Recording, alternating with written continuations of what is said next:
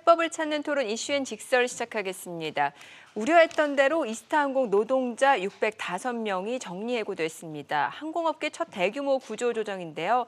여기에 추가 구조조정도 예고된 상태라 근로자들의 시름이 깊어지고 있습니다. 네. 이런 상황 속에서 이스타항공의 창업주 겸 실소유주인 더불어민주당 이상직 의원이 책임 있는 행동을 보여야 한다라는 목소리가 높아지고 있는데요.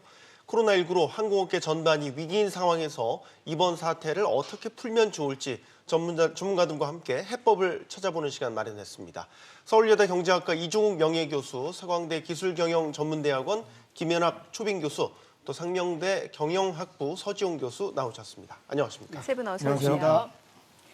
자, 이제 오늘 9월 고용 동향이 발표가 됐으니까 이 부분 얘기를 좀 먼저 해보겠습니다.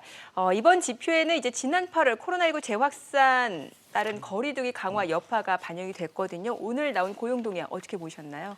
예, 뭐 저는 제 예상했던 결과라고 생각이 됩니다. 예. 그래서 코로나 사태가 시작된 이후에 4월, 5월 달에 굉장히 안 좋았죠. 네. 35만 명 이상의 그 취업자 감소가 있었다가 7, 8월에 조금 완화되면서 한 27만 명 정도 저기 표가 나오는데 27만 명 정도로 폭이 줄면서 조금 호조를 보이는 것이 아니라 기대했었는데 다시 이제 39만 2천인데 앵커께서 말씀하신 대로 이번에 39만 2천이라고 하는 것은 사실 뭐 경제의 뭐 본질적인 그런 이슈보다는 저희들이 그 조금 그 사회적 거리두기를 2단계 혹은 2.5단계로 강화한 그런 측면입니다. 그래서 사실 오늘 경우에 이 수치 가지고 몇만 명 가지고 이렇게 일희일비한다기보다는 지금 현재의 상황, 뭐 경제 성장률도 그렇고요, 고용 수치도 결국 코로나 상황에 따라서 지금 오히려 이제 코로나 사회적 거리두기를 좀 강화하면 어쩔 수 없이 또 일자리가 좀 줄어드는 거고 네. 조금 풀어주면 조금 늘어나는 상황이기 때문에 기본적으로는 이 상황을 벗어나기 위해서는 빨리 코로나에 대한 해결책을 찾아야지 요거 몇만 명 가지고 매월 일희일비하는 것은 뭐 사실은 그렇게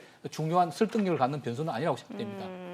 자, 그런데 서 교수님 실업자 수가 지금 많이 늘어났어요. 예, 그 양도 상당히 중요합니다. 이제 고용시장 동향 보게 되면 실업자 예. 수가 지금 상당히 이제 뭐 100만 명 이상이 되는 것 같은데요. 실업률이 지금 3.6%입니다. 그러니까 전년 동기 대비 0.5%포인트가 늘어났습니다.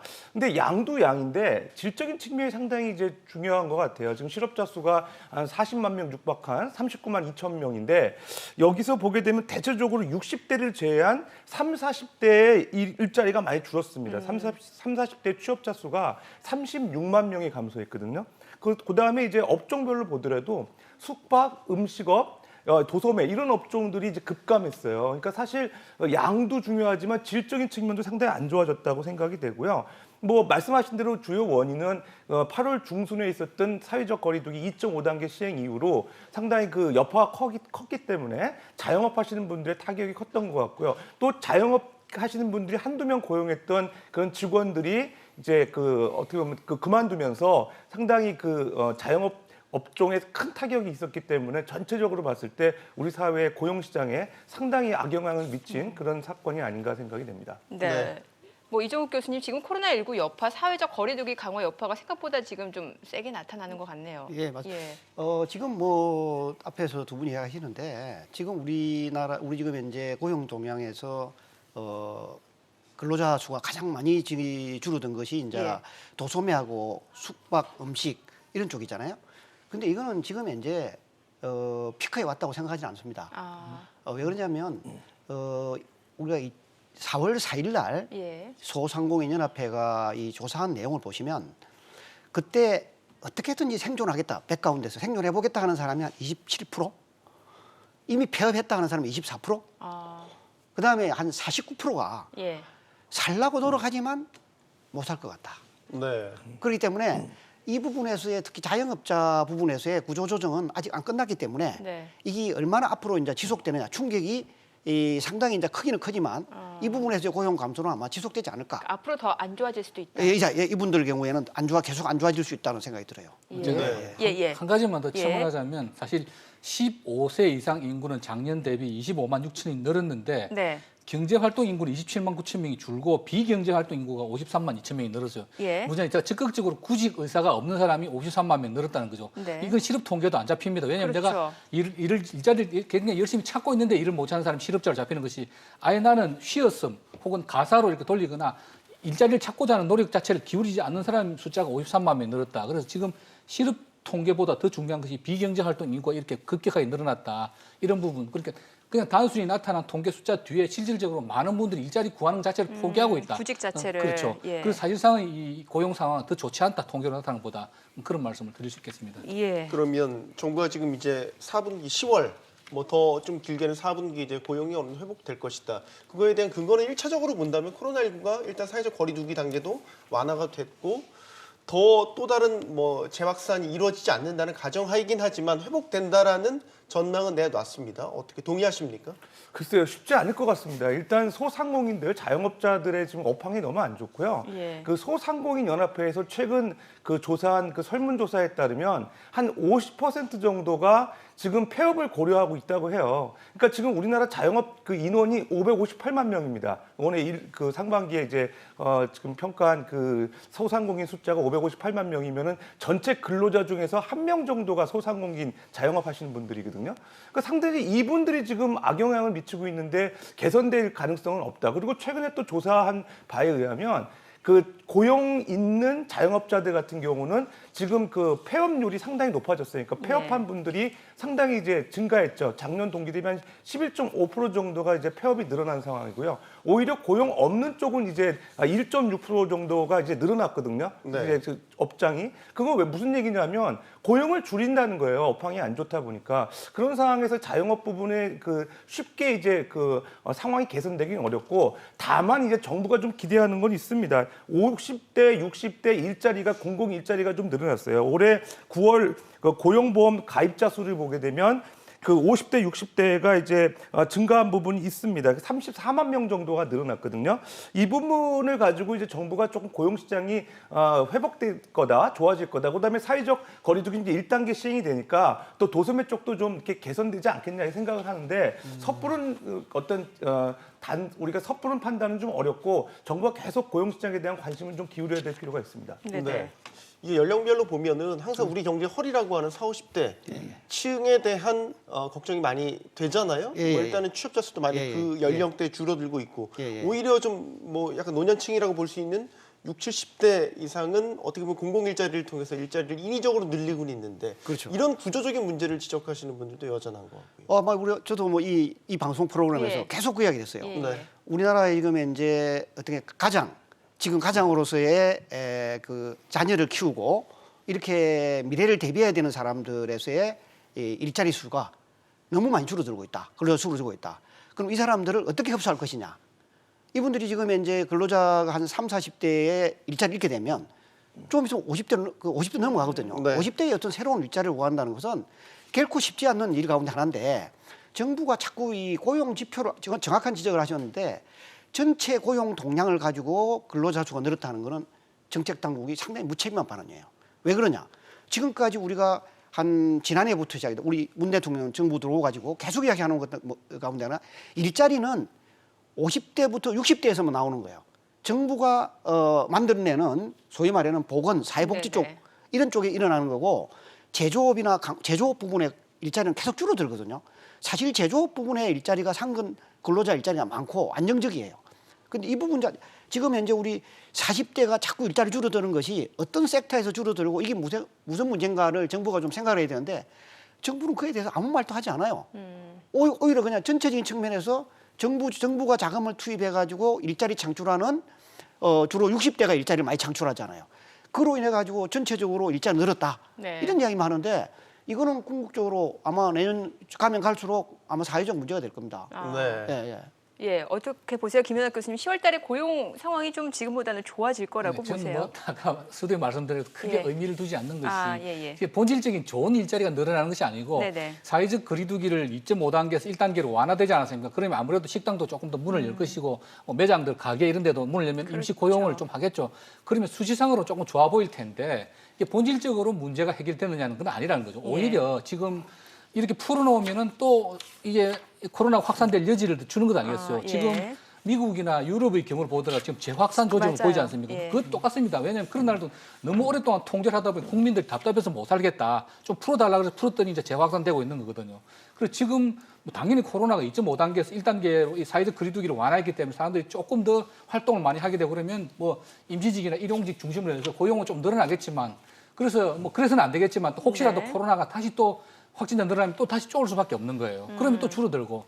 그래서 이렇게 해서 뭐 이런 어떤 거리두기의 강화 혹은 완화 때문에 조금씩 늘어나고 줄어들고 하는 것은 크게 의미가 없다. 그래서 지금 현재 상황에서는 어쨌거나 조금 단기적으로 경제 악영향을 미치더라도 이 코로나라고 하는 것을 확실히 잡고 그 다음 단계를 이야기해요. 지금 이 사회적 거리두기 때문에 일자리 조금 뭐 늘어나니까 완화해서 조금 늘어나니까 좋아하고 또 조금 줄어들고 그래서 너무 이티일비할 필요는 없다고 저는 생각합니다. 네. 자, 이번에 구직급여 지급액 상황을 좀 살펴볼게요. 지금 코로나19 사태 이제 고용 충격이 본격화된 5월부터 이제 9월까지 지금 5달 연속 1조 원을 웃돌고 있는데 자, 여기에서 사각지대가 있다라는 게 좀 문제가 되는 것 같습니다. 뭐 그나마 특수고용직이라든지 일용직 이 구직급여 지급액 신청 자체가 쉽지 않은 상황인 거잖아요. 예, 전체적으로 일단 그 구직급여 신청자 수가 그 전년 동기 대비 한 3만 명 늘어가지고 지금 거의 10만 명 육박하는 수준이고요. 그 구직급여 지급액이 9월만 보더라도 한 1조 2천억 정도 됩니다. 상당히 계속 5월부터 늘어나고 있어요. 1조 원 이상이 유지가 되고 있는 건 상당히 그 양적으로 보더라도 심각한 문제고요. 지금 말씀하신 대로 특수고용직, 일용직 같은 부분들 정부가 계속 사회 안전망 확충이라고 노력을 하고 있는데 60대 이상의 일자리가 늘어나는 반면에 20, 30대 일자리가 늘어나지 않는 거는 조금 문제가 있지 않나 생각이 되고요. 특히 이제 그 구직급여 신청자가 이제 늘어난다는 거는 그만큼 실업자들이 이제 많이 이제 양상이 된다는 그런 그렇죠, 상황이잖아요. 지금 5월부터 6월 요때 사실 어떻게 보면은 이제 코로나19 확산이 심해져서 1조 원 수준이 높아졌다고 하면 그 이후에는 사실은 줄어들어야 되는데 그게 1조 원에서 이제 줄어들지 않고 있는 거예요. 그러니까 지금 김 교수님 말씀하신 대로 자발적으로 이제 실업을 선택한 젊은이들도 꽤 많은 것 같고요. 이런 분들이 이제 쉽게 일자리를 찾지 못하는 이상 구직급여 신청은 계속 늘어날 가능성이 있고 이러한 거를 통해서 정부의 어떤 재정 부담도 상당히 이제 심화될 가능성이 있다고 생각이 됩니다. 네. 근데 이제 저런 부분도 정부가 뭘 발표를 하지 않느냐 하면 즉 구직급여를 신청한 사람들이 산업별 어떤 섹터에서 지금 이제 많이 나오고 있는가를 하면 실제로 정부도 우리나라 통계가 참 좋은 게 많습니다. 정부가 그걸 기반으로 정책을 취해야 되는데 지금 이 30, 40대의 일자리가 줄어들고 그다음에 취업이 늘지 않는 부분이 어느 부분에서 문제가 생겨서 하는 이야기는 정부가 하지 않는 거예요. 자꾸 정부는 뭐냐 하면 정부의 재정 지출을 통해서 일자리 창출하는 60대 사회 복지 노인 일자리만 가지고 늘어났다고 한단 말이죠. 그거는 일자리 해결의 문제가 아니거든요. 그래서 저런 부분도 단순하게 저렇게 발표하는 거는 상당히 정책 당국의 이 정책에 있어서의 어떤 디테일 이런 부분에서 어떻게 되면 저렇게 발표하면 정책에 있어서 실책이 훨씬 많이 나올 수 있다고 생각합니다. 저거는 네네. 이 부분에 지적하고 싶은 거는 이제 대충 보면은 작년 이맘때는 한 7만 명 정도 실업급여 신청 월 평균 그리고 한 6,700억 정도인데 지금 한 10만 명 전후로 해가지고 1조 1,000억 전후거든요. 한 30% 내지 한 40% 정도 늘어난 수치인데 저거는 그야말로 구직급여 신청 자격이 있는 사람들이 하나는 거거든요. 그리고 고용보험을 따박따박 냈던 분들이에요. 근데 아까 우리가 좀 말씀드리자면 이 사회적 거리두기 완화나 강화에 따라서 일자리 숫자가 늘어났다 줄었다는 건 사실 임시적으로 그러니까 매장이라든지 음식점이라든지 이런 데 근무하는 분들이 많을 거라고요. 그런 분들은 대부분 그 실업급여를 받을 자격이 없는 분들이에요. 그래서 실질적으로는 저거는 그래도 그 실업급여를 받을 수 있다는 분들은 그 고용보험료를 또박또박 낸 사람들이고 그걸 안 내고 타격을 받는 분들이 더 많다. 그래서 사실은 최근에 좀 이슈가 됐는데 뭐 전 국민의 그 고용보험 가입 뭐 그런 이슈가 있지 않았습니까? 그래서 저는 뭐 전 국민이 당장 모든 분들이 다 그 고용보험에 가입하는 것은 뭐 상당히 좀 문제가 있겠지만 뭐 또 어려움이 있겠지만 단계적으로 고용보험에 가입하는 분들의 그 숫자를 늘려나가고 범위를 늘려나가야 된다. 그래서 실제로는 만일 그렇다고 한다면 실제 실업급여를 받아야 될 분들이 저보다 훨씬 많을 겁니다. 그거는 가슴 아픈 수치지만 이런 위기 상황에서는 저렇게 아예 사회 안전망에서 배제되는 것보다는 좀 많은 분이 받아서 그나마 그 고통을 조금 줄일 수 있는 그런 방향으로 사회적인 합의를 두고 나가야 되지 않겠나 싶습니다. 근데 그게 하려면 좀 문제가 생겨요. 왜 그러냐면 2019년도에 우리가 고용보험 적자가 2조 7천억 약 3조 원 가까이 되어 있었어요. 그런데 이제 정부 입장에서는 고용보험을 받는 사람의 어려운 환경을 생각하면 아까 우리 말씀한 대로 모든 어려운 사람의 혜택을 더 주자는 거죠. 그러면 누군가가 세금을 부담해서 고용보험의 적자 부분을 메꿔 넣어야 되는 거예요. 그래서 정부도 지금 현재 적자가 나 있으니까 올해 들어가지고 어떻게 하고 있느냐. 4차 추경에서 5천억을 다시 넣었어요. 있자 이 부분이. 그래서 이 부분은 상당히 그 정부가 어떤 대안을 가지고 접근해 저런 식으로 접근하면 상당히 힘들 겁니다. 아, 네. 예, 예. 자영업자 대책 질문을 드리도록 하겠습니다. 지금 추석 연휴 전후로 해서 추경을 통해서 자영업자들에게 뭐 그 영업 제한 단계에 따라서 차등화된 지원금이 나갔고 긴급 생계 지원 자금도 나갔고 여러 가지 지원책들이 지금 시행되고 있는데 구조적인 문제는 해결되지 않았죠. 자영업자 비중이 우리 경제 활동에 비해서 지나치게 높다라는 점. 거기다 이제 코로나19가 언제 또 재확산될지 모른다는 어떤 살얼음판 위를 걷고 있는 이런 상황인데 어떻게 보십니까? 지금 일단은 뭐 추경 통해서 지원금을 쏟아붓고 있기는 한데 이게 언제까지 갈지 뭐 마르지 않는 샘물이 아니잖아요. 예, 그 정부가 이제 금융 지원을 중심으로 해가지고 소상공인들을 지원하고 있습니다. 그러니까 새 희망 자금이라 그래가지고 지난 코로나19 확산 때문에 2.5단계 사회적 거리두기로 인해서 피해 보신 분들에 의해서 최대 200만 원까지 지원해주고 있는데 사실 그 부분에서도 조금 그 조건이 좀 까다롭다 보니까 아깝게 이제 지원 못 받으신 분도 있고 그래요. 근데 사실 네. 금융 지원으로 해결돼야 될 문제는 아니고요. 제가 생각할 때 한 두 가지 점에서 근본적인 문제 해결 방안이 있는 것 같습니다.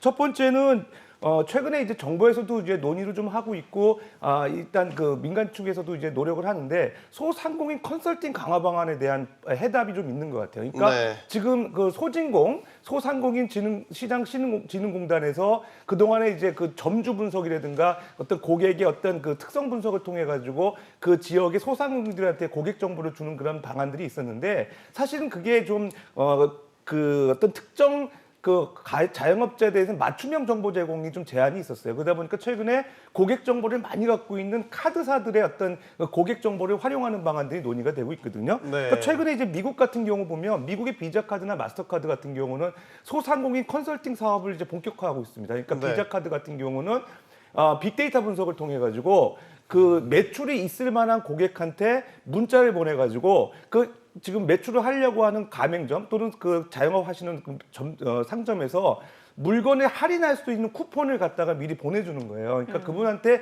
어떤 인센티브를 주는 거죠. 매출 인센티브를 주는 거죠. 그래서 그런 쪽으로 계속 그 매출을 유도하는 방안도 있었고요. 그다음에 이제 마스터카드 같은 경우는 타겟 상점을 통해 가지고 거기에 이제 자주 오는 이제 고객들 어떤 특성 분석을 해가지고 어느 시간대에 이제 매출이 많이 일어나고 어떤 물건들이 많이 사는지를 분석을 해가지고 그 해당 그 상점들한테 그 데이터를 유료 또는 무료로 제공하는 서비스를 제공하고 있습니다. 네. 우리나라 같은 경우도 카드사들이 그런 지금 노력을 하고 있는데 정부의 지원이 좀 필요할 것 같고요. 두 번째는 이제 오토 서비스 확대입니다. 그러니까 온라인 투 오프라인 그 서비스라고 해가지고 최근에 이제 언택트 소비가 많아지기 때문에 주로 이제 배달앱 등을 이용해서 그렇죠. 이제 그 자영업자들이 이제 물건들이 많이 배송하거든요. 근데 우리나라 지금 뭐 배달앱 민족이나 이런 그 배달앱 서비스들이 대부분 그 외국계 기업들이 이제 시장을 점유하고 있어가지고 수수료가 되게 높아요. 예. 그래서 최근에 이제 경기도 같은 경우는 지역 화폐를 이용해가지고 이제 지역에서 이제 공공 배달 앱을 좀 확충하겠다 이런 얘기들 많이 하거든요. 그런 서비스들을 좀 전국적으로 확대할 필요가 있을 것 같고요. 그다음에 이제 배달의 민족이나 이런 외국계 기업들이 너무 수수료를 높게 책정하는 거, 정부가 나서서 좀 수수료 체계를 좀 상한선을 두든가 해서 좀 이렇게 표준화할 필요가 있지 않나 생각이 됩니다. 네. 네. 자영업자 대책과 관련해 또 다른 어떤 의견? 예, 뭐 자영업에 대해서는 저희들 여러 번 이야기를 나눴는데 예. 우리나라가 세계적으로 자영업 비율이 높다, 25%다, 600만 명인데 그런데 그 원인을 생각을 해봐야 되겠죠. 원인은 뭐 크게 두 가지로 이야기하지 않습니까? 일단 직장에서 일을 하다 나왔을 때 사회 안전망이 너무 취약하니까 네. 결국은 다시 뭔가를 돈을 벌기 위해서 해야 되는데 직장에 취직이 안 되니까 가게를 연단 말이에요. 준비 네. 안 된 창업을 하는 거.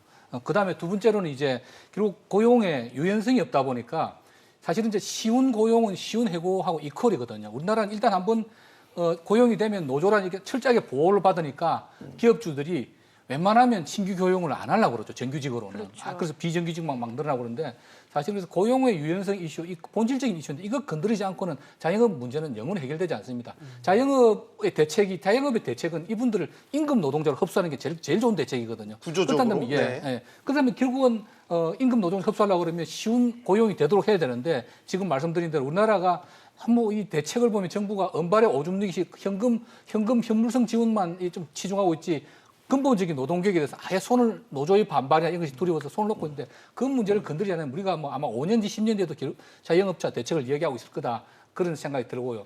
또 하나 말씀드리고 싶어서는 우리 서 교수님 말씀하고 좀 일맥상통하는 건데 결국은 뭐 선진국의 경우도 마찬가지입니다. 그 대기업이 고용할 수 있는 그 임금 근로자는 한계가 있고 결국 창업을 많이 해야 되는데 준비 안 된 창업을 너무 많이 하고 있다는 겁니다. 급하니까. 그래서 사실은 그 정부도 그렇고 정부가 양적으로는 뭐 창업센터라든지 많이 하고 있는데 질적으로 보면 상당히 아쉬운 점이 많이 있습니다. 그래서 오랜 기간 특히 이제 현재 직장에서 잘 근무하고 있는 분들 저도 이제 후배들한테 그런 이야기 하는데 지금도 언제 다 모든 사람이 다 CEO까지 올라가는 건 아니니까 언젠간 네. 나와야 된다. 그러면 그런 부분들 혹시 갑자기 회사가 어려워지거나 개인적인 사정 때문에 회사를 나와서 창업을 해야 된다. 지금 회사에서 안정적일 때 창업 준비를 해라라고 하는 거고 그 부분은 회사에서는 나쁘게 생각하면 절대 안 됩니다. 회사에서는 아니 왜 니 딴 생각하고 있어 이렇게 볼 것이 아니라 결국 모든 임직원을 정년퇴직 때까지 끌고 갈 수 없다 그러면 회사에서도 오히려 그런 부분은 장려하고 물론 본업인 근무는 잘하게 하되 창업을 위해서 여러 가지 회사 내에서도 뭐 지원센터를 만들어주고 기회를 만들어줘야 되고 또 혹은 좋은 아이템이 있으면 스피노프해서 회사도 좀 출자를 해주고 본인도 출자를 하고 이런 것들이 있는데 그런 부분들이 정부도 그렇고 우리 기업들도 그렇고 좀 준비가 물론 형식적으로는 하고 있습니다. 창업센터라고 있지만 너무 형식적으로 운영이 되고 실질적인 일이 안 되는데 결국은 40대 직장에서 고용인들이 40대 이후가 되면 정년퇴직할 때까지 갈 수 있는 사람은 결국은 정부가 아니다고 한다고 그리고 당장 나와서 뭔가 그냥 급하게 치킨집을 차리는 것보다는 오히려 여유가 있을 때 꾸준하게 준비할 수 있도록 그런 시스템을 만들어 나가야 되는데 학교에서 창업 교육을 하면서 그런 부분 사회적인 어떤 준비가 너무 안 돼 있다는 점에서 안타까움을 느끼고 이 자리를 빌어서 다시 한번 강조를 드립니다. 네. 네네네. 근데요, 자영업자 부분은 이미 통계가 나와 있어요. 우리가 자영업자 통계가 2018년도에 통계청에서 당신은 왜 자영업을 합니까? 물었더니 68%가 내가 직장 생활할 때보다 돈을 더 많이 벌기 위해 산다는 거예요. 그러면 돈을 더 많이 벌기 위해서 스스로 하는 걸 갖다 우리 억제할 수 있는 방법은 없잖아요. 그러면 이 사람이 자영업을 할 때 돈을 너무 많이 벌려 그러면 얼마만큼 준비를 해야 되는가? 어떤 업종에 가야 되는가? 이런 게 조익이 좀 돼 있어야 되는데 우리나라에서 보면은 성공하는 자영업자가 평균 어느 정도 준비를 하면 성공하느냐 이런 통계를 사람 인용 안 해요. 실제로 그것도 없고. 네. 그런데 우리 옛날 중소기업 학교 조사해 보면은 2년 6개월 정도를 준비하는 사람이 성공할 확률이 높아요. 그다음에 이제 우리 또 김 교수님 이야기하시는데 나는 직장인들이 나중 창업을 한다고 생각하는 자체는 생각을 좀 바꿔야 된다고 생각해요. 네. 왜 그러냐면 우리나라 분들은 내가 위로 승진 못하면 나아야 된다 생각하는데 사실 서양 같은 데에 자영업자가 적은 이유 가운데 하나는 사장할 사람은 사장하고 내 능력이 사장 안 된다 그러면 계속 직원으로 남아 있으면 돼요. 그랬더니 제가 독일을 가보니까 독일에 갔더니 30대에 네. 30대 이미 뭐냐면 사장 될 사람하고 임원 될 사람 정해져요. 그러고 나서 니는 어떻게 돼? 나는 안 된다. 저 사람이 잘 되면 내가 아직 50대, 60대 정도 하는 거 아니냐. 근데 우리는 전부 다가 모두가 임원, 모두가 CEO가 되려고 하기 때문에 나와서 자영업 하려고 하는 거 아니겠어요. 나는 기업에 있는 분들이 아까 우리 교수님과 다르게 생각하는 거는 내 능력으로 그냥 50대까지 이 사람 50대 있는 거예요. 네. 그래 해야지 나와서 자영업 하면 된다? 나는 그 생각을 바꿔야 된다 생각합니다. 꼭 사장 될 필요는 없다. 청년 이거는 어쩌라. 이제 그 말씀 아니겠어요? 사회 구성원들 인식이 좀 바뀌어야 독일 가니 분위기도 그렇더라고. 독일 바뀌겠네요. 가니까. 예. 또 30대 사장 결정되는 될 생각은 안 거예요. 해봤는데. 예, 근데 뭐 그렇게 되면 좋겠지만 결국 우리 4차 산업혁명 시대가 되면 뭐 앞으로 평생 직장은 더 어려울 거고 자주 직장을 옮겨 다니거나 프리랜서류의 이제 일이 많이 늘어나게 될 그렇죠. 거고 그래서 네. 이제 이 교수님 말씀에 제가 물론 이해되는 부분이 있지만 앞으로 내가 그래서 뭐 보직 개념이 아니고 직장에서 직장 자체가 뭐 5년 10년 뒤에 망할지 흥할지도 예, 모르는 맞아요. 것이고 그래서 앞으로 더 변화가 심할 거라고 예상이 된다고 그러면 미리 기술 보면 실제로 창업 성공하는 70% 이상이 기술형 창업 특히 자기가 기존에 근무하던 회사에서 좋은 아이템을 가지고 그걸 키워나가는 경우요. 그 동의하는 부분은 준비 안 된 창업 갑자기 하는 창업은 대부분 실패한다. 네. 그건 맞습니다. 자, 이번에는 이스타항공 이슈 네. 이야기를 좀 해보겠습니다. 이스타항공이 이제 자본 총계 지난 1분기 기준입니다. 마이너스 1,042억 원. 그러니까 완전 자본 잠식 상태고 사실 매각 자체가 지금 쉽지 않은 상황입니다. 제주항공마저 이제 인수를 포기한 상황이고 이러다 보니까 이스타항공 측에서 밝힌 내용은 그 6대 항공기 규모에 맞춰서 정리해고를 했다. 605명. 정리해고를 상황입니다. 여기에 대해서 과연 이 방법밖에 없을까라는 생각이 들거든요. 예, 좀 안타까운 뉴스입니다. 605명이라는 그 많은 인원들이 이스타항공에서 이제 해직이 됐고요. 특히 이제 8개월째 임금도 못 받고 나오게 됐다고 합니다. 상당히 안타까운 얘기고요. 근데 이제 이스타항공 입장에서 보게 되면 그 사실 7월 달부터 제주항공하고 계속 M&A가 진행이 되다가 예. 7월 달에 이제 공식적으로 이제 포기를 했는데 문제는 사실 그 1,700억에 달하는 그런 그 사전적으로 해결해야 되는 그런 그 어떤 금액들 미지급 금액 요게 이제 관건이 됐어요. 근데 이스타항공 같은 경우는 이제 그동안에부터 이제 재정 상황이 안 좋았죠. 적자가 계속 영업 적자가 이제 360억 정도가 1분기에 진행이 됐고 그다음에 뭐 자본 잠식된 것도 이미 오래전부터죠. 그래서 1,042억 정도가 자본 잠식된 상황이고요. 또 그다음에 이제 그 제주항공하고 사실은 여러 가지 불협화음, M&A 과정에서 불협화음을 겪으면서 결국은 이제 M&A가 무산된 게 가장 큰 요인이었는데 지금 현재 어쨌든 8개 또 다른 그 인수자를 이제 8개 후보자들하고 이제 인수 물색을 하고 있다고 합니다. 근데 진행될 가능성은 상당히 불투명해 보이고요. 어쨌든 이게 인수에 대비해서 조금 이제 인원을 이제 고용 인원을 줄이겠다는 구조조정 차원에서 선 구조조정 후 고용의 입장에서 사실은 605명을 해고했다고 얘기는 하는데 노조 측에서는 상당히 이제 반발하고 있는 것 같아요. 근데 결과적으로 봤을 때 지금 말씀하신 대로 그러면 방법이 요거밖에 없느냐, 해고밖에 없느냐. 결과적으로는 뭐 기한자금 신청하는 방법도 있는데 기한자금 지금 신청 그 요건이 안 된다고 합니다. 뭐 뒤에서 좀 말씀드리겠지만 어쨌든 예. 자격 요건이 까다롭고요. 그렇다 그러면 인수자가 지금 안 나타날 경우에는 지금 뭐 별다른 방법이 없는 것 같고요. 만약에 그 매각이 또 안 된다고 그랬을 때는 결국 법정 절차, 그 기업 회생 절차로 진입될 수 있는 상황밖에 안 되거든요. 결과적으로 선택지가 많지 않은 상황에서 가장 아쉬운 거는 제주항공이 요구했던 1,700억 해결이 안 돼서 사실은 이런 상황까지 왔는데 정부가 지금 1,700억에 대한 좀 그 지원이 좀 이루어졌다고 하면 어쨌든 제주항공이 인수가 돼가지고 이런 문제가 좀 불거지지 않았다는 측면에서 좀 아쉬운 부분이 있고요. 어쨌든 지금 현재로는 상당히 진퇴양난인 것 같습니다. 네. 네.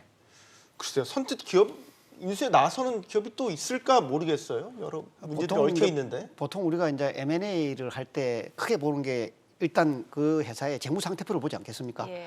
재무 상태표를 보면 이 회사가 앞으로 계속 기업이 될 건지 안 될 건지. 재무 상태표라는 것은 이 회사가 계속 지속된다는 가정하에서 만드는 게 재무 상태표거든요. 그런데 이미 2019년도에 이스타항공에 대해서는 계속 기업이 불투명하다라고 회계 감사 의견을 줍니다. 그때 이제 나타난 것이 제주항공의 M&A였어요. 예. 그럼 제주항공이 M&A 하려 그러면 이 재무 상태표를 보고 이게 내가 이 재무 상태표에서 내가 해야 될 노력이 뭔가 봤더니 크게 나눠보면 이 구조조정 내부 효율을 올려야 되고 그리고 구조조정도 해야 되는데 그다음 또 뭐냐면 내가 인수하고 나왔을 때 시장 상황이 어떠냐 아시다시피 그렇죠. 지금 이제 여행 산업의 항공 산업의 수요 측면에서 별 전망이 없어요. 예. 그다음 뭐냐면 우리나라 같은 경우에 정치적으로 결정되는 LCC다 보니까 항공에 있어서 또 일종의 초과 공급 상태가 와 있단 말이죠. 그러니까 사실은 제주항공 입장에서 생각해 보면 이스타항공을 인수하더라도 아마 구조조정은 피할 수 없을 거예요. 예. 그다음에 이제 이 이스타항공에 근무하는 임직원들이 좀 순한 이야기일지 모르지만 사실 임직원들도 한번 봐야 돼요. 우리 회사의 영업 상태나 재정 상태 어떠냐 보고 안 좋으면 일부는 자기의 직업도 전환하고 이동할 준비도 좀 해야 되는 거예요. 나는 그런 부분에 대해서 물론 안타깝지만 이 부분 자체에 대해서 제주 이스타항공이 어디에 누군가 M&A 하려고 그러면 일단 매력적으로 보여야 되잖아요. 아, 예, 예. 매력적으로 보이는 가운데 하나는 지금 현재는 샷다운데가 매출이 제로니까 일단은 현금 흐름이라도 좋게 하는 방법밖에 없잖아요. 현금 흐름 제일 좋은 거에 지금 당장 보면은 임금 지급을 줄이는 거예요. 그렇게 해서 이제 만들어놨는데 이거는 이제 정부도 이걸 이제 뭐 시장에서 이루어지는 걸 정부가 나서가지고 어떻게 할 수 없는 거 아니겠어요? 그래서 좀 이따 우리 1,700 이야기 다시 한번 해보죠. 뭐. 예, 예. 기업 지금- 김현욱 교수님 CFO 출신이시니까 보시는 관점이 남다를 것 같습니다. 지금 시나리오는 뭐 두 가지라고 봅니다. 하나는 이제 법정 관리로 들어가서 뭐 회생 신청을 할 텐데 현실적으로는 뭐 파산으로 갈 가능성이 높고요. 예. 두 번째 시나리오는 이제 사측이 지금 바라는 시나리오인데 뭔가 인수 대상자를 구하는 거죠. 그래서 지금 보면 그 비행기 6대만 유지를 하고 지금 조금 더 구조 조정해서 지금 요번에 605명 내보내지만 그래도 한 600명 가까이 남아 있거든요. 한 네네. 400명 정도까지 더 줄이고 사실은 라이선스만 유지하는 겁니다. 예, 그래서 예. 이 보릿고개를 하여튼 어떻게든 견뎌서 항공업계가 경기가 조금 좋아지면 다시 한다는 그런 기대하에서 재인수자를 구하는 거. 지금은 항공업계가 워낙 어렵기 때문에 인수자는 예. 항공회사는 다른 항공회사는 아닐 겁니다. 아. 그럼 뭐냐면 이제 그 사모펀드라든지 재무적 투자가 할 겁니다. 재무적 투자가들이 이제 주판을 튕기겠죠. 이렇게 예. 헐값에 사가지고 한 2년 정도 어떻게 해서 유지를 하면 항공업계가 다시 좋아진다 그러면 이걸 그 사람들 바라는 걸 그걸 운영하는 건 아닙니다. 그렇죠. 값을 다시. 튀겨가지고 다시 재매각 예. 하는 거거든요. 그런 이제 두 가지 시나리오가 있는데 그 어느 경우든지 제가 볼 때 뭐 구조조정은 말씀하신 대로 뭐 불가피한 그런 상황인데 차라리 저는 이제 뭐 제가 볼 때 법정 관리로 들어가면 거의 뭐 파산이고 가능성도 높은데 두 번째 시나리오에서 그 노조가 동의한다 그러면 최소한으로 줄여서 어쨌든 항공운항 라이선스는 있으니까 그걸 가지고 사모펀드든지 누구 투자가를 구하고 그 구조조정은 안 할 수가 없습니다. 극단의 구조조정을 하되 다만 지금 나가는 근로자들은 뭐 실업급여를 받을 수 있도록 그렇게 조치를 하고 그분들이 이 회사가 다시 좋아졌을 때 재취업의 우선순위로 그분들 우선 뭐 이렇게 취업시켜준다는 뭐 그런 시나리오도 좀 오고 간 것도 같아요. 근데 그걸 누가 어떻게 보증을 하며 네. 또 경기가 언제 어떻게 좋아진다고 뭐 누구도 장담할 수 없으니까 그렇죠. 물 밑으로 논의만 되는데 현실적으로는 그런 방법밖에 없지 않겠는가. 그래서 뭐 제가 볼 때 법정 관리를 하면 거의 뭐 파산할 것 같고 그래서 어쨌든 누군가가 인수를 해서 버텨야 되는데 한 2년 정도는 그 부분이 역시 말씀하신 지금 한 1,700억 정도 예상되는 그 미지급금을 감수하고 미래를 위해서 투자해서 그걸 인수할 사람이 있겠는가 하는 건 여전히 퀘스천 마크로 남아있죠. 하여튼 뭐 시나리오는 그 두 가지 중에 하나로 갈 거로 봅니다. 네. 그러게요. 근데 참 위기 관리에서 아쉽다라는 걸 여러 측면에서 드러냈잖아요. 예를 들어서 뭐 고용보험금 5억 원을 체납해서 그 받을 수 있는 고용 유지 지원금도 받지도 못하고 기한기금도 말씀하셨으니까 다 마찬가지 위기 관리라는 측면에서 이런 것들에 대해서 좀 디테일하게 신경을 썼다면 지금만큼의 위기는 아니지 않았을까라는 가정도 해볼 수 있을 것 같아요. 예, 맞습니다. 경영진의 어떤 제대로 된 경영을 못했고 경영 부실. 그다음에 이제 정부에서도 사실은 그 제주항공하고 뭐 물밑에서 이제 M&A 진행이 되는 과정에서 물론 기업 대 기업의 이제 민간 부분에서의 M&A이긴 하지만 어쨌든 중요한 기간 산업이라고 봤을 때 정부가 좀 개입을 해서 사실은 유연하게 진행될 수 있게 좀 했었어야 되는데 지금 사실은 결과적으로는 고용 문제까지 이제 악영향을 주는 상황까지 오게 되니까 사실 사회적 이슈가 됐잖아요. 그래서 그게 좀 안타까운 부분입니다. 근데 지금 이스타항공이 얼마나 재정이 심각한 상황이냐면요. 지금 당장 그 사내 그 현금 보유가 10억밖에 안 된다고 그래요. 예, 예. 그러니까 10억밖에 네. 안 되다 보니까 지금 그 최근에 이제 그 여행 못 가면서 카드사들이 이제 항공대금 취소한 거, 카드사들 돌려달라고 하는 거 한 100억 정도도 지금 지급을 못 하고 있고요. 그다음에 아시아나항공 IDT 사업이 이제 그 통합 운항 시스템 그 구축해 준 거에 대한 2억 4천만 원 정도 되는 것도 지금 미지급금으로 남아 있어요. 그다음에 이제 우발 채무도 꽤 있는 것 같습니다. 네. 이런 것들을 지금 다 해결을 못 하고 있는 상황이거든요.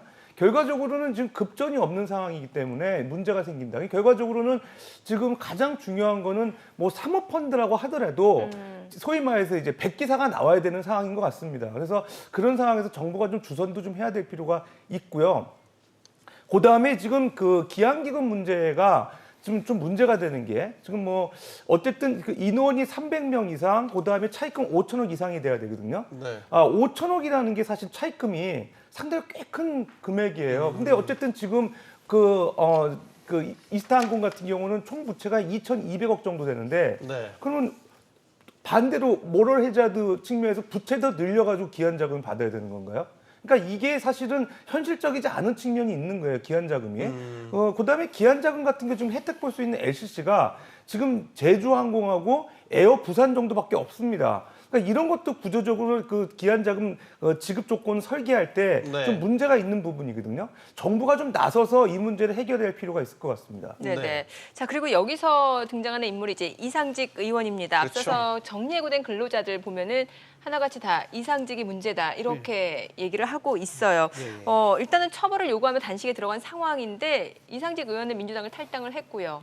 자, 이 이슈 어떻게 보십니까? 사실 이제 지금 이스타항공의 예. 재무제표상에 가지고 있는 현금은 10억밖에 없어요. 예. 그런데 이 사람들에게서 임금 체납이라든지 그다음에 우발 채무에 대해 돈을 댈 수 있는 사람은 금융기관이 돈을 불려주지 않는 이상은 오너밖에 없는 겁니다. 대주주가 대주주가 해야 돼요. 그렇죠. 네. 그러니까 뭐냐면 우리가 두산도 봤지만은 채권단이 뭔가 호의적인 그 반응을 보이려 그러면 대주주가 희생하는 모습을 보통 보죠. 그렇죠. 자기 재산을 내놓는 거 말고는 지금 방법이 없어요. 이 사람들. 그러니까 지금 이제 이 조종사 노조나 노동조합에서 이상직 씨 어디 있느냐 찾을 수밖에 없다는 생각을 해요. 그래서 이 부분에 대해서 이상직 의원이 자기가 이스타항공에 대해서 가지고 있는 주식을 다 내놨다 그러는데 그게 뭐 지금 주식 가치가 얼마나 되겠어요? 이 부분 자체가.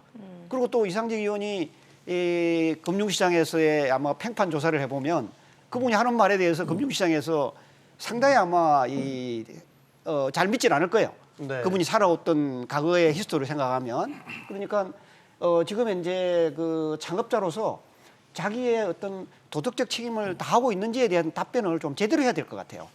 이 자체가. 지금도 보면은 뭐 자기가 가지고 있는 주식 다 내놨다고 하지만은 장부상으로 아직까지 자기 거고. 그럼 그걸 갖다가 뭐 회사에다가 이거 내가 다 넘겨놨다. 그리고 내 자산에는 뭐든 사실 창업자가 32평 아파트 하나만 있다고 내놓는 걸 이게 우리나라 사람 믿을 사람 있겠습니까? 이게 저렇게 하면 절대 이스타항공 자체가 이게 거기 근무한 근로자들이 새로운 길을 찾아갈 수 있는 길은 진짜 없는 것 같아요.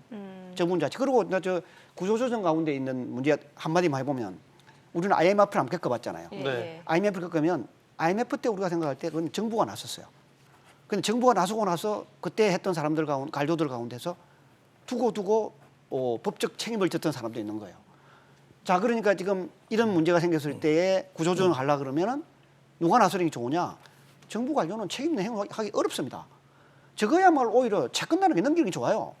채권단에 넘겨서 채권단이 판단해가지고 안 되면 법정 관리가 파산시키는 거고 할 수 있으면 살리는 거고 이렇게 가야 되는 건데 아까 이제 기간 안정자금이 하는데 아니 LCC가 무슨 기관 산업입니까? 우리나라에 아시아나가 있고 대한항공 있고 등등 있는데 LCC는 일종의 뭐냐 하면 사람들이 여행객이 늘면서 생기는 하나의 산업이거든요. 네네. 그러니까 기간 안정자금을 이 사람한테 주려 그러면 아마 결코 쉽지 않을 겁니다. 이 자체가. 명분이 부족하다는 말씀이시죠? 명분이 부족하죠. 기간 산업이라고 보기에는 그리고 특히 이제 정부가 내놓은 기간 산업 지원 조건을 보면 지금 LCC 회사들이 받기가 상당히 어려워요. 미달이죠. 미달이 왜냐하면 일단 이 사람들이 옛날에 아주 나도 관심이 갔는데 지원 금리가 뭐냐면 이율이 17%예요. 7%라고 하는 건 지금 잘 안 되는 회사가 7% 연 이자를 내고 어떻게 지금 이제 성공을 하겠습니까? 예. 한마디로 말해서 저런 경우는 고금리에 의한 구조조정을 하자는 거거든요. 그래서 기한 자금을 받아봤자 사실 이스타항공엔 도움이 안 돼요. 네. 김연학 교수님. 예, 그 이상직 의원의 행보에 대해서는 뭐 사실 아쉬운 점이 많죠. 근데 저는 그 뭐 재산 신고한 것은 맞을 거라고 봅니다. 그걸 허위 신고하지는 없고요.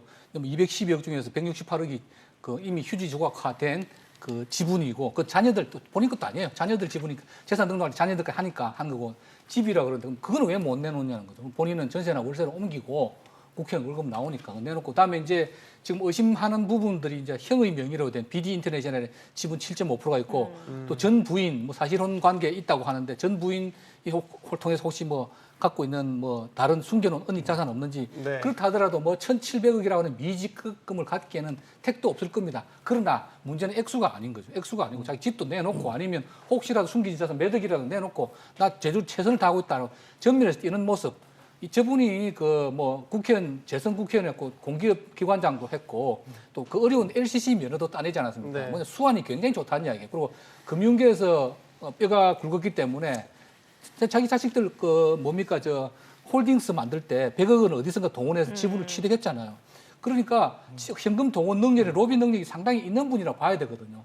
그런데 저 회사를 살리는 문제에서는 그 능력을 전혀 지금 우리가 보기에는 본인은 뭐 애를 쓰고 계신지 모르겠지만 전혀 발휘를 안 하고 계신 걸로 보고 본인이 손해 볼 것은 물론 맞죠. 뭐 자본주의 사회에서 지분만큼만 책임이 지는 건 맞는데 창업주고 사실상 현재 본인 명의의 지분 없다 하더라도 자녀들이 대주주로 있지 않습니까? 그렇다 한다면은 뭔가 그 전액은 아니라도 일부라도 특히 종업원들 임금 미지급 임금이라든지 그런 각기의 노력을 보여야 되는데 일단 그런 것들이 안 보이고 게다가 보면 자녀 편법이라든지 부인에 관한 뭐 일도 안 하면서 형이 회장으로 있을 때 뭐 임금을 4억을 뭐 편법 지급한 거나 이런 어떤 불미스러운 일들만 벌어지니까 자꾸 이제 그 불신을 하게 되는 거고요. 이런 면에서 보면 사실은 만일에 저분이 야당 의원이었으면 정부랑 데서 가만히 있었겠습니까? 그래서 여당 지금은 탈당했지만 조금 더 적극적으로 문제 해결을 위해서 정부 여당에서 푸시를 해야 되지 않았나 싶고요. 물론 지금은 무소속이지만 그 말씀드린 대로 뭐 아파트를 내놓든지 조금 더 적극적인 모습을 보여주면 그래야 또 정부에서 뭐 지원할 수 있는 명분도 생기고 하는 건데 대주주가 전혀 액션을 취하지 않는데 또 뭐 사실 기간 산업도 아닌 조그마한 LCC를 살리기 위해서 공적 자금이 들어가는 것도 그것도 어려운 회사들이 얼마나 많은데 명분이 안 서는 일 아니겠습니까? 그래서 네. 조금 더 적극적인 행보를 기대를 합니다. 네, 서 교수님. 예, 지금 그 두 가지 좀 말씀드리겠습니다. 첫 번째 이제 LCC가 이제 기간 산업이 사실 아니죠. 원래 우리나라 같은 경우는 아시아나 대한항공 풀 서비스 커리어가 사실 기간 산업인데 네. 구조적으로 어쨌든 지금 9개 LCC가 있거든요. 근데 이제 우리가 올해 상반기 보면 항공 운수와 관련된 이제 분담률을 보게 되면 그 FSC가 지금 36% 정도 되고 거의 LCC가 30% 넘는 상황이에요. 그러니까 사실 어느 순간에 기간 산업화 되어 온 거죠. 그러다 보니까 정부가 그럼 9개씩이나 되는 LCC를 인허가 내준 거에 문제가 있지 않나 이렇게 생각도 듭니다. 어쨌든 미국 같은 경우 3억 인구가 되는데 LCC가 9개고요. 미국 이외에 일본 같은 경우 지금 8개, 중국도 7개밖에 안 되거든요. 근데 우리나라 같이 인구가 상당히 작은 나라에서 지금 LCC가 9개라는 건 지나치게 많아요. 그런 측면에서 좀 문제가 있고 두 번째 이상직 의원 관련돼서는 책임 있는 정치인이라고 하면 최소한 8개월 임금 체불된 거는 이제 대주주가 좀 해결해줘야 될 것 같습니다. 어쨌든 본인이 올해 6월 달에 그 주식 기부 체납하겠다고 말씀했잖아요. 그러면 그분 지금 뭐 재산이 한 213억 정도 된다고 하는데 밀린 임금이 한 314억 정도 된다 그러면 전부 다 임금을 갖다 지급 못 하더라도 책임 있는 정치인으로서 어느 정도는 임금을 좀 지급하는 노력을 보여야 될 것 같고 그 이후에 뭐 예를 들어서 지금 말씀드리고 있는 여러 가지 뭐 4대 보험 횡령 문제라든가 뭐 예를 들어서 그 자녀들에게 그 증여세 탈루한 문제 이런 건 후에 이제 법적인 책임을 지더라도 당장 임금 노동자들에 대한 밀리는 임금은 대주주가 좀 책임을 져야 되지 않나 생각이 듭니다. 네. 네.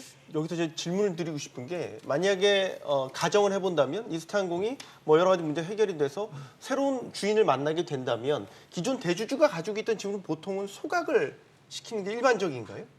그러니까 이상직 의원이 여전히 이제 대주주이기 때문에 드리는 질문입니다.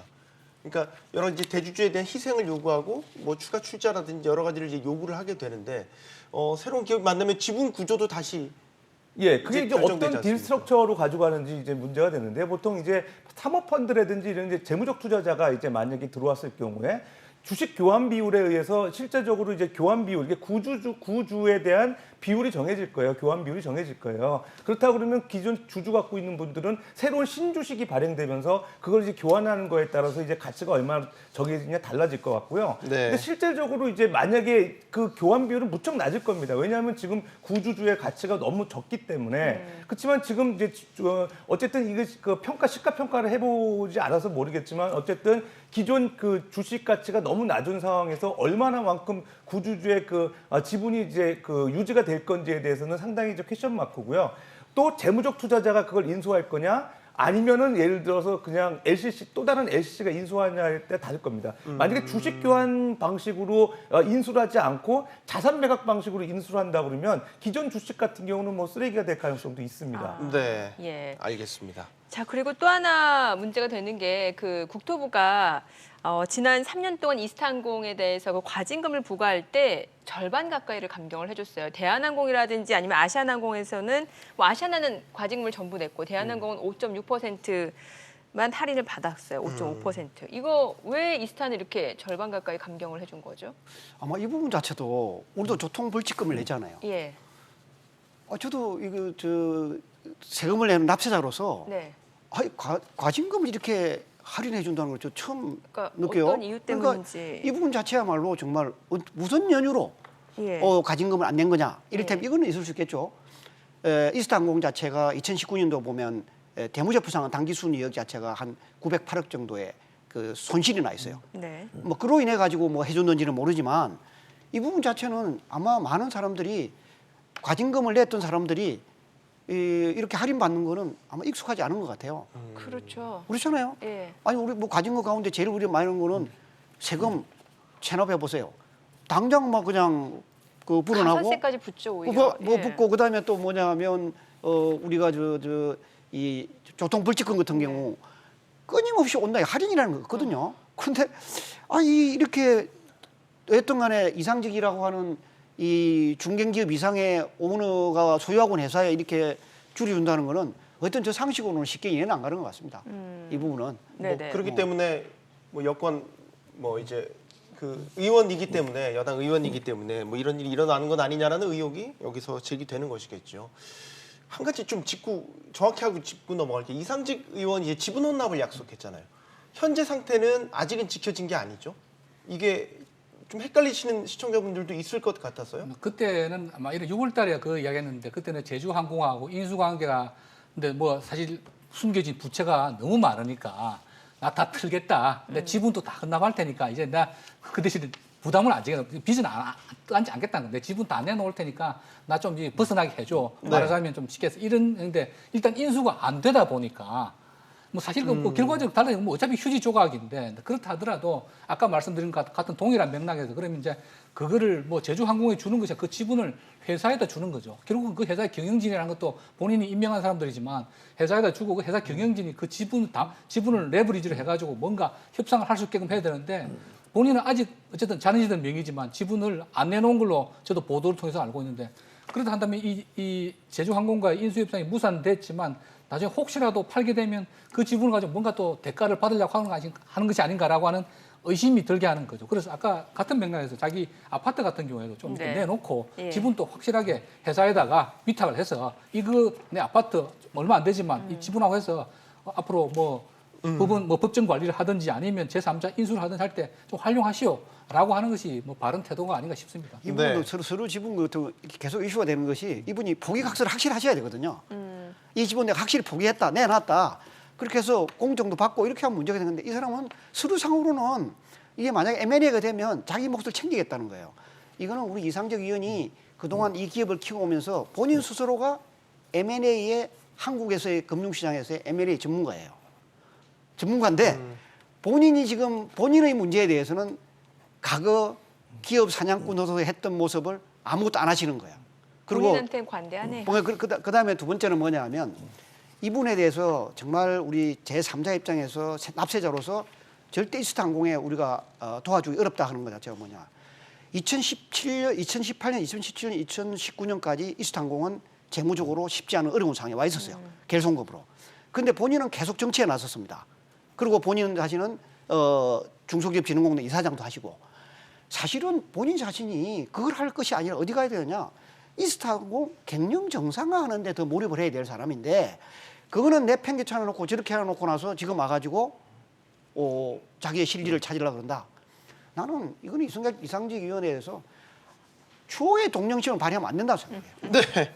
심상정 정의당 의원이 이상직 의원을 국토위 국정감사 증인으로 채택할 것을 요구했다고 하죠. 현직 네. 의원이 국정감사 증인으로 채택이 되는 사례가 있었는지 제 기억엔 없는데 만약에 실제로 정말로 국정감사 증인으로 나온다면 그것도 예. 네, 상당히 여러 가지 이슈가 될 만한 사안인 것 같습니다. 네. 지금까지 도움 말씀 주신 이종욱 교수, 김한학 교수, 서지영 교수였습니다. 세 분 고맙습니다. 잘 들었습니다. 고맙습니다. 네, 오늘 경제와이드 이슈엔 준비한 순서는 여기까지입니다. 시청해주신 여러분 고맙습니다.